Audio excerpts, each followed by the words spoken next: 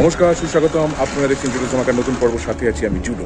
আমরা জানি এই ঈদে মুক্তি পাচ্ছে শাকিব খানের নতুন ছবি তুফান। প্রডিউসার আলফা আই চরকি এবং SVF, এবং ডিরেক্টর হলেন রাইহান রাফি। অভিনয় করছেন চঞ্চল চৌধুরী, মিমি চক্রবর্তী, নাবিলা এবং আরও অনেকে।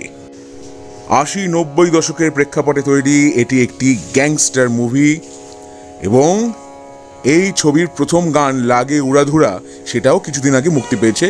গানটা জনপ্রিয় হয়েছে। এরপরে একটু আগে মুক্তি পেল ছবির নতুন পোস্টার, যেখানে আমরা দেখতে পাচ্ছি লম্বা লম্বা চুলের শাকিব খানকে, হাতে বন্দুক, এবং দেখতে পাচ্ছি এই ছবির দুই নায়িকাকে, একদিকে মিমি চক্রবর্তী, অন্যদিকে নাবিলা। দুই নায়িকাকেই রেট্রো লুকে দেখতে পাচ্ছি। আর শাকিব খানের কথা তো বললামই, লম্বা লম্বা চুল, হাতে বন্দুক, চোখে সানগ্লাস, পরনে নীল ব্লেজার, আর হাতের বন্দুক যেন যে কোনো মুহূর্তে গর্জে উঠবে। এবং একটি যে ধুম ধারাক্কাওয়ালা অ্যাকশন ছবি দেখতে যাচ্ছি, এতে কোনো সন্দেহ নেই। এরপর ছবিটা মুক্তি পেলে হলে দেখে আমার রিভিউ তো আপনাদের সাথে শেয়ার করবই করব। চঞ্চল চৌধুরীও আছেন ছবিতে। হ্যাঁ, খুব ভয় পাইছিলে তুফান।